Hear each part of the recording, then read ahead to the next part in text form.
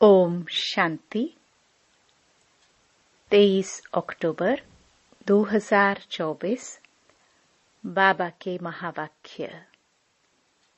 मीठे बच्चे, तुम्हारी यात्रा बुद्धि की है। इसे ही रूहानी यात्रा कहा जाता है। तुम अपने को आत्मा समझते हो, शरीर नहीं। शरीर समझना अर्थात उल्टा लटकना। प्रश्न। माया के पंप में मनुष्यों को कौन सी इज्जत मिलती है? उत्तर, आसुरी इज्जत। मनुष्य किसी को भी आज थोड़ी इज्जत देते, कल उसकी बेइज्जती करते हैं, गालियां देते हैं। माया ने सबकी बेइज्जती की है, पतित बना दिया है। बाप आए हैं तुम्हें दैवी इज्जत वाला बनाने। ओम शांति। रूहानी बाप रूहों से पूछते हैं, कहाँ बैठे हो? तुम कहेंगे, विश्व की रूहानी यूनिवर्सिटी में। रूहानी अक्षर तो वो लोग जानते नहीं। विश्वविद्यालय तो दुनिया में अनेक हैं। यह है सारे विश्व में एक ही रूहानी विद्यालय, एक ही पढ़ाने वाला है। क्या पढ़ाते हैं? रूहानी नॉलेज। तो यह है स्पिरिचुअल विद्यालय अर्थात रूहानी पाठशाला। स्पिरिचुअल अर्थात रूहानी नॉलेज पढ़ाने वाला कौन है? यह भी तुम बच्चे ही अभी जानते हो। रूहानी बाप ही रूहानी नॉलेज पढ़ाते हैं, इसलिए उनको टीचर भी कहते हैं। स्पिरिचुअल फादर पढ़ाते हैं। अच्छा, फिर क्या होगा? तुम बच्चे जानते हो, इस रूहानी नॉलेज से हम अपना आदि सनातन देवी देवता धर्म स्थापन करते हैं। एक धर्म की स्थापना, बाकी जो इतने सब धर्म हैं उनका विनाश हो जाएगा। इस स्पिरिचुअल नॉलेज का सब धर्मों से क्या ताल्लुक है, यह भी तुम अब जानते हो। एक धर्म की स्थापना इस रूहानी नॉलेज से होती है। यह लक्ष्मी नारायण विश्व के मालिक थे ना, उनको कहेंगे रूहानी दुनिया, स्पिरिचुअल वर्ल्ड। इस स्पिरिचुअल नॉलेज से तुम राजयोग सीखते हो, राजाई स्थापन होती है। अच्छा, फिर और धर्मों से क्या ताल्लुक है?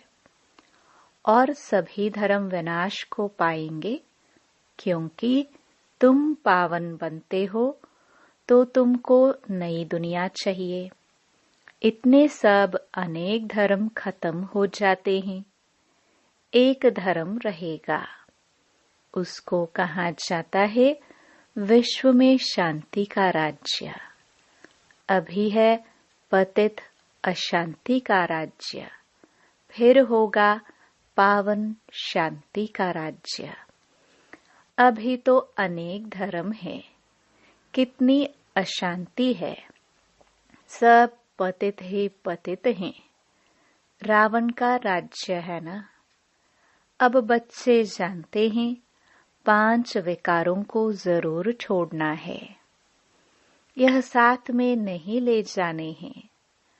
आत्मा अच्छे व बुरे संस्कार ले जाती है ना। अब बाप तुम बच्चों को पवित्र बनने की बात बताते हैं। उस पावन दुनिया में कोई भी दुख होता नहीं। यह स्पिरिचुअल नॉलेज पढ़ाने वाला कौन है? स्पिरिचुअल फादर, सभी आत्माओं का बाप। स्पिरिचुअल फादर क्या पढ़ाएंगे? Spiritual knowledge. इसमें कोई भी किताब आदि की दरकार नहीं, सिर्फ अपने को आत्मा समझ बाप को याद करना है, पावन बनना है। बाप को याद करते करते अंतमति सोगति हो जाएगी। यह है याद की यात्रा। यात्रा अक्षर अच्छा है, वह है जिस्मानी यात्राएं, यह है रूहानी। उसमें तो पैदल जाना पड़ता है, हाथ पांव चलाते हैं। इसमें कुछ नहीं, सिर्फ याद करना है। भल कहाँ भी घूमो फिरो, उठो बैठो, अपने को आत्मा समझ बाप को याद करो।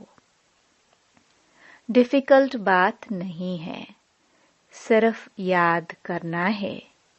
यह तो रियलिटी है ना। आगे तुम उल्टे चल रहे थे, अपने को आत्मा के बदले शरीर समझना, इसको कहा जाता है उल्टा लटकना। अपने को आत्मा समझना, यह है सुलटा। अल्लाह जब आते हैं तब आकर पावन बनाते हैं। अल्लाह की पावन दुनिया है, रावण की पतित दुनिया है। देह अभिमान में सभी उल्टे हो गए हैं। अब एक ही बार देही अभिमानी बनना है, तो तुम अल्लाह के बच्चे हो। अल्लाह हूँ नहीं कहेंगे।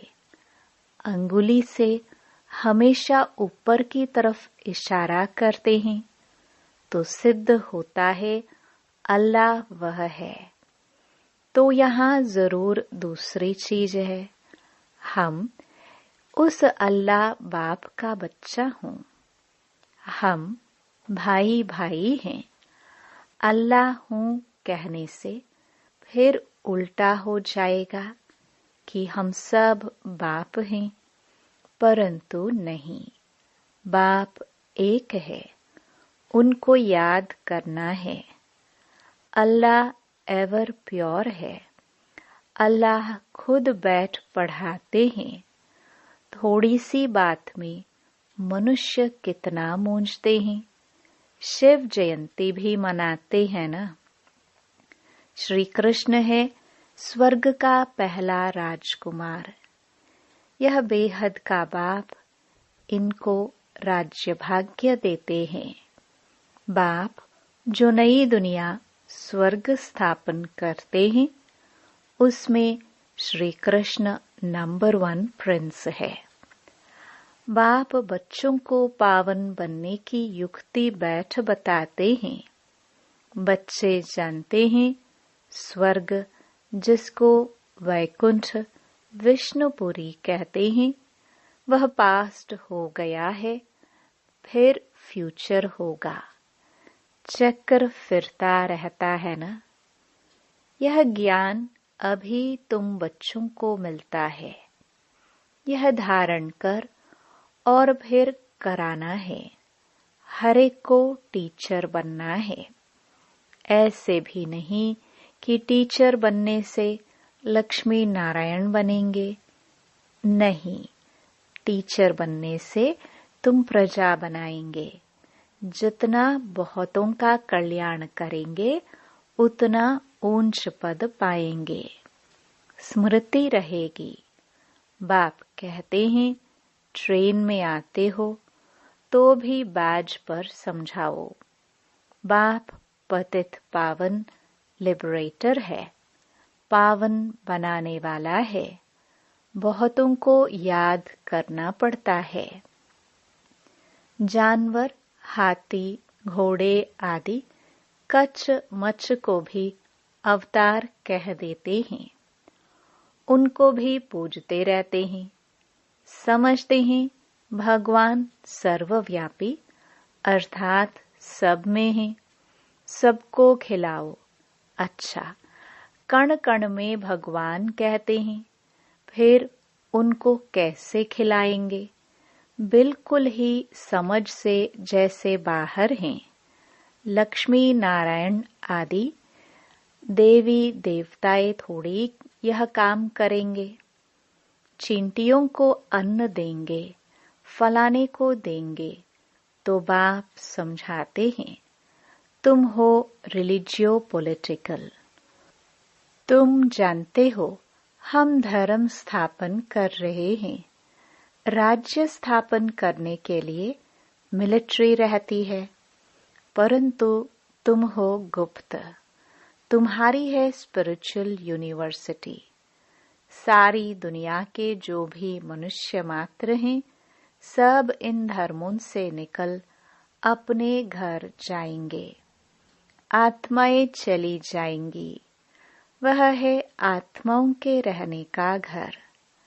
अभी तुम संगम युग पर पढ़ रहे हो, फिर सतयुग में आकर राज्य करेंगे और कोई धर्म नहीं होगा।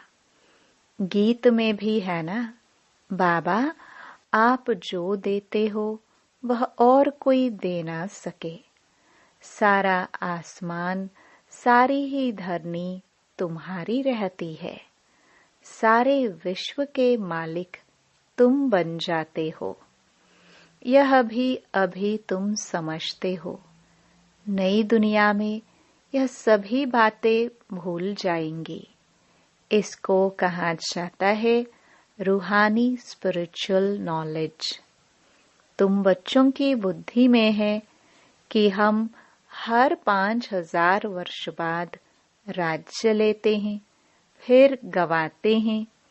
यह 84 का चक्र फिरता ही रहता है। तो पढ़ाई पढ़नी पड़े तभी जा सकेंगे ना। पढ़ेंगे नहीं तो नई दुनिया में जा नहीं सकेंगे। वहां का तो लिमिटेड नंबर है। नंबरवार पुरुषार्थ अनुसार वहां जाकर पद पाएंगे। इतने सब तो पढ़ेंगे नहीं। अगर सभी पढ़े तो फिर दूसरे जन्म में राज्य भी पावे। पढ़ने वालों की लिमिट है। सतयुग त्रेता में आने वाले ही पढ़ेंगे। तुम्हारी प्रजा बहुत बनती रहती है। देरी से आने वाले पाप तो भस्म कर न सके। पापात्माएं होंगी तो फिर सजाए खाकर बहुत थोड़ा पद पालेंगी। बेइज्जती होगी। जो अभी माया की बहुत इज्जत वाले हैं, वह बेइज्जती बन जाएंगे। यह है ईश्वरीय इज्जत, वह है आसुरी इज्जत। ईश्वरीय अथवा दैवी इज्जत और आसुरी इज्जत में रात दिन का फर्क है। हम आसुरी इज्जत वाले थे, अब फिर दैवी इज्जत वाले बनते हैं। आसुरी इज्जत से बिल्कुल बेगर बन जाते हो। यह है कांटों की दुनिया, तो बेइज्जती हुई ना। फिर कितनी इज्जत वाले बनते हो। यथा राजा रानी तथा प्रजा। बेहद का बाप तुम्हारी इज्जत बहुत ऊंच बनाते हैं, तो इतना पुरुषार्थ भी करना है। सब कहते हैं हम अपनी इज्जत ऐसी बनावे, अर्थात नर से नारायण, नारी से लक्ष्मी बन जावे। इनसे ऊंच इज्जत कोई की है नहीं। कथा भी नर से नारायण बनने की ही सुनते हैं। अमर कथा, तीजरी की कथा, यह एक ही है। यह कथा अभी ही तुम सुनते हो। तुम बच्चे विश्व के मालिक थे, फिर 84 जन्म लेते नीचे उतरते आए हो। फिर पहला नंबर का जन्म होगा। पहले नंबर जन्म में तुम बहुत ऊंच पद पाते हो। राम इज्जत वाला बनाते हैं, रावण बेइज्जतवान बना देते हैं। इस नॉलेज से ही तुम मुक्ति, जीवन मुक्ति को पाते हो। आधा कल्प रावण का नाम नहीं रहता है। यह बातें अभी तुम बच्चों की बुद्धि में आती हैं, सो भी नंबरवार। कल्प कल्प ऐसे ही तुम नंबरवार पुरुषार्थ अनुसार समझदार बनते हो। माया गफलत कराती है। बेहद के बाप को याद करना ही भूल जाते हैं। भगवान पढ़ाते हैं, वह हमारा टीचर बना है, फिर भी एब्सेंट रहते हैं, पढ़ते नहीं हैं। दर दर धक्के खाने की आदत पड़ी हुई है। पढ़ाई पर जिनका ध्यान नहीं रहता है, तो उनको फिर नौकरी में लगा देना होता है। दो भी आदि का काम करते हैं, उसमें पढ़ाई की क्या दरकार है। व्यापार में मनुष्य मल्टी मिलियनेयर बन जाते हैं, नौकरी में इतना नहीं बनेंगे। उसमें तो फिक्स पगार मिलेगी। अब तुम्हारी पढ़ाई है विश्व की बादशाही के लिए। यहाँ कहते हैं ना, हम भारतवासी हैं, पीछे फिर तुमको कहेंगे विश्व के मालिक। वहाँ देवी देवता धर्म के सिवाय दूसरा कोई धर्म होता नहीं। बाप तुमको विश्व का मालिक बनाते हैं, तो उनकी मत पर चलना चाहिए। कोई भी विकार का भूत नहीं होना चाहिए। ये भूत बहुत खराब हैं। कामी की हेल्थ बिगड़ती रहती है, ताकत कम हो जाती है। इस काम विकार ने तुम्हारी ताकत बिल्कुल खत्म कर दी है। नतीजा यह हुआ है, आयु कम होती गई है। भोगी बन पड़े हो। कामी, भोगी, रोगी सब बन जाते हैं। वहाँ विकार होता नहीं, तो योगी होते हैं सदैव तंदुरुस्त, और आयु भी 150 वर्ष होती है। वहाँ काल खाता नहीं। इस पर एक कथा भी बताते हैं। कोई से पूछा गया, पहले सुख चाहिए या पहले दुख चाहिए? तो उनको कोई ने इशारा दिया, बोलो पहले सुख चाहिए, क्योंकि सुख में चले जाएंगे तो वहाँ कोई काल आएगा नहीं, अंदर घुस न सके। एक कथा बना दी है। बाप समझाते हैं, तुम सुखधाम में रहते हो, तो वहाँ कोई काल होता नहीं, रावण राज्य ही नहीं। फिर जब विकारी बनते हैं, तो काल आता है। कथाएं कितनी बना दी है। काल ले गया, फिर यह हुआ। न काल देखने में आता है, न आत्मा दिखाई पड़ती है। इनको कहा जाता है दंत कथाएं। कनरस की बहुत कहानियां हैं। अब बाप समझाते हैं, वहाँ अकाले मृत्यु कभी होता नहीं। आयु बड़ी होती है और पवित्र रहते हैं। 16 कला, फिर कला कम होते होते एकदम 9 कला हो जाते हैं। मैं निर्गुण हारे में कोई गुण नहीं। एक निर्गुण संस्था भी बच्चों की है। कहते हैं हमारे में कोई गुण नहीं, हमको गुणवान बनाओ, सर्वगुण संपन्न बनाओ। अब बाप कहते हैं पवित्र बनना है, मरना भी है सबको। इतने ढेर मनुष्य सतयुग में नहीं होते। अभी तो कितने ढेर हैं। वहाँ बच्चा भी योग बल से होता है। यहाँ तो देखो कितने बच्चे पैदा करते रहते हैं। बाप फिर भी कहते हैं बाप को याद करो। वह बाप ही पढ़ाते हैं। टीचर पढ़ाने वाला याद पड़ता है। तुम जानते हो शिव बाबा हमको पढ़ा रहे हैं। क्या पढ़ाते हैं वह भी तुमको मालूम है। तो बाप अथवा टीचर से योग लगाना है। नॉलेज बहुत ऊंची है। अभी तुम सबकी स्टूडेंट लाइफ है। ऐसी यूनिवर्सिटी कभी देखी जहां बच्चे बूढ़े जवान सब इकट्ठे पढ़ते हो।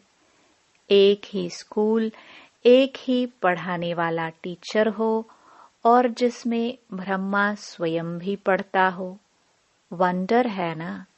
शिव बाबा तुमको पढ़ाते हैं। यह ब्रह्मा भी सुनते हैं। बच्चा चाहे बूढ़ा कोई भी पढ़ सकते हैं। तुम भी पढ़ते हो ना यह नॉलेज।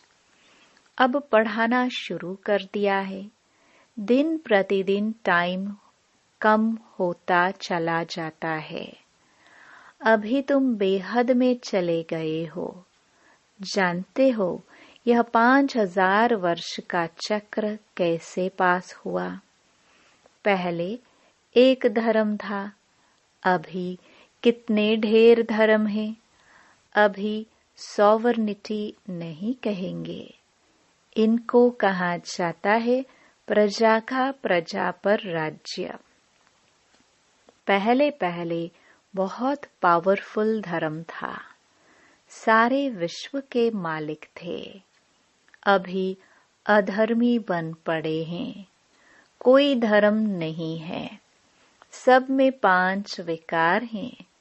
बेहद का बाप कहते हैं बच्चों अब धैर्य धरो।